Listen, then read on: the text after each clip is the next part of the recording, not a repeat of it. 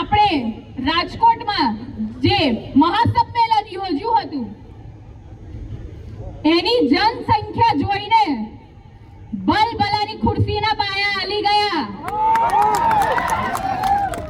અને આજે આણંદની જનસંખ્યા જોઈને થોડો કેમેરો ફેરવજો ન્યૂઝ વાળા. આજે આ આણંદની જે જનસંખ્યા જોઈને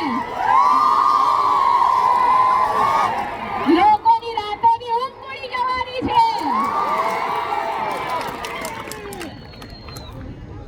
એક વાતની સ્પષ્ટતા કરવા માંગુ છું.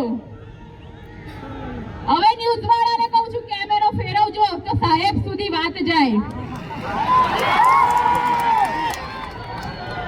આ જે ભીડ દેખાય છે ને, જે જનસંખ્યા, એ કઈ પૈસા આપીને બોલાયેલી નહોય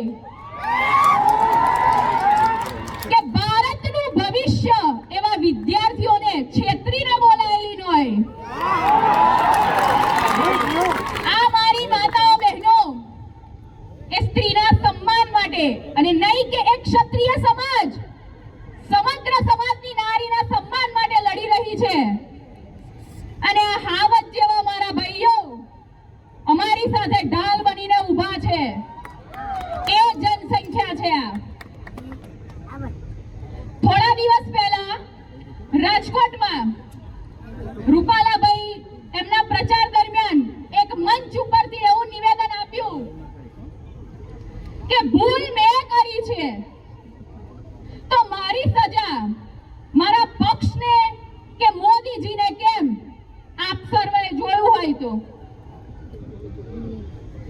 તો મારે રૂપાલાભાઈને, એમના સમગ્ર પક્ષને અને મોદીજીને પણ એ વાત કહેવી છે કે તમે તો સનાતન ધર્મની આટલી મોટી મોટી વાતો કરો છો, હિન્દુ સંસ્કૃતિની મોટી મોટી વાતો કરો છો,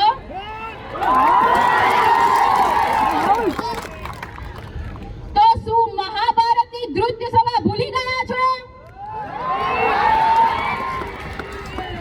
જેમ મહાભારતમાં દુશાસને માતા દ્રૌપદીનું ચીરહરણ કર્યું હતું, તે વખતે સક્ષમ હોવા છતાં રાજા ધૃતરાષ્ટ્ર,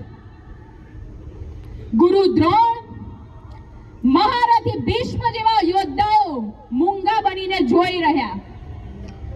ત્યારે એ દુશાસનના પાપ કૃત્યની સજા સમગ્ર સભાએ ભોગવી પડી હતી. તો અત્યારે આ કળિયુગના રૂપાલા રૂપી જે દુશાસને, આ કળિયુગના જે રૂપાલા રૂપી દુશાસને પોતાના વાણી વિલાસ દ્વારા જે સ્ત્રીઓના સન્માનનું ચીરહરણ કર્યું છે, તો એની સજા પૂરી ભાજપ સરકારને મળવી જોઈએ કે નહીં? જો સ્ત્રીના સન્માન માટે માતા સીતાના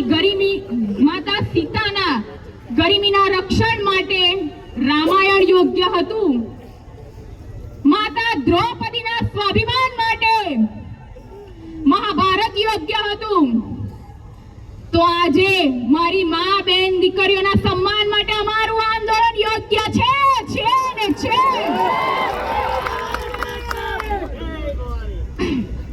આજે ઇતિહાસ સાક્ષી છે, ક્ષત્રિયએ ક્યારેય કોઈ દિવસ કોઈ પાસે કશું માંગ્યું નથી, બસ એણે બધું આપ્યું જ છે.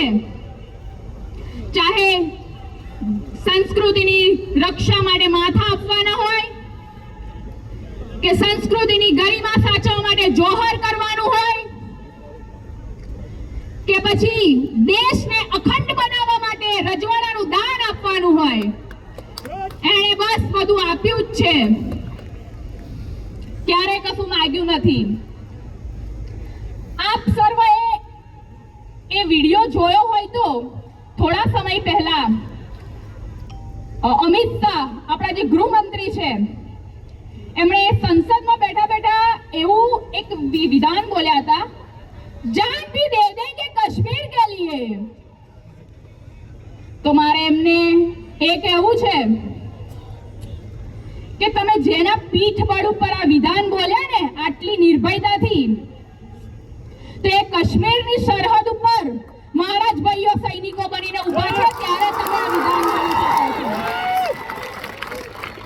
ત્યારે તમે આટલું આ નિર્ભયતાથી વિધાન બોલી શકો છો. કોઈની તાકાત નથી તઈ જઈને ઊભું રહેવાની, એક પણ નેતાની. તમે ભલે અમને લોકસભા કે વિધાનસભાના ટિકિટ લિસ્ટમાંથી બાકાત રાખો કે નજરઅંદાજ કરો, પણ જે આ પરમવીર ચક્ર યોદ્ધાની યાદીમાં મારા ભાઈઓના નામને કેમનું નજરઅંદાજ કરશો?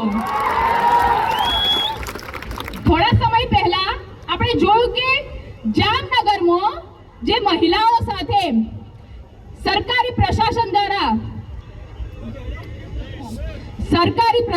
દ્વારા જે નિમ્ન કક્ષાનું કૃત્ય કરવામાં આવ્યું, એ બાદ આપણે રાજકોટ મહાસંમેલનમાં આપણા વડીલોએ સરકાર સમક્ષ ત્યાંથી વાત પણ રજૂ કરી. એ છતાં 2 દિવસ પહેલા તો વિડિયો તમે જોયો હોય તો કચ્છનો કેટલું નિમ્ન કક્ષાનું કૃત્ય સરકારી પ્રશાસન દ્વારા આપણી મહિલાઓ માટે કરવામાં આવ્યું. શું એ યોગ્ય છે ખરું? અમે આતંકવાદી છીએ? અમે મહિલા અમારા સન્માન માટે લડી રહી છે. હું એટલું મોદીજીને કહેવા માંગુ છું કે તમે શું સ્ત્રી સશક્તિકરણની આટલી મોટી મોટી વાતો કરો છો, નારી વંદના નારી સન્માનની આટલી મોટી મોટી વાતો કરો છો, તો જ્યારે સત્તાના બળ ઉપર સરકારી પ્રશાસન દ્વારા આવા અપકૃત્યો થઈ રહ્યા છે ત્યારે કેમ આંખોએ પટ્ટી બાંધેલી છે?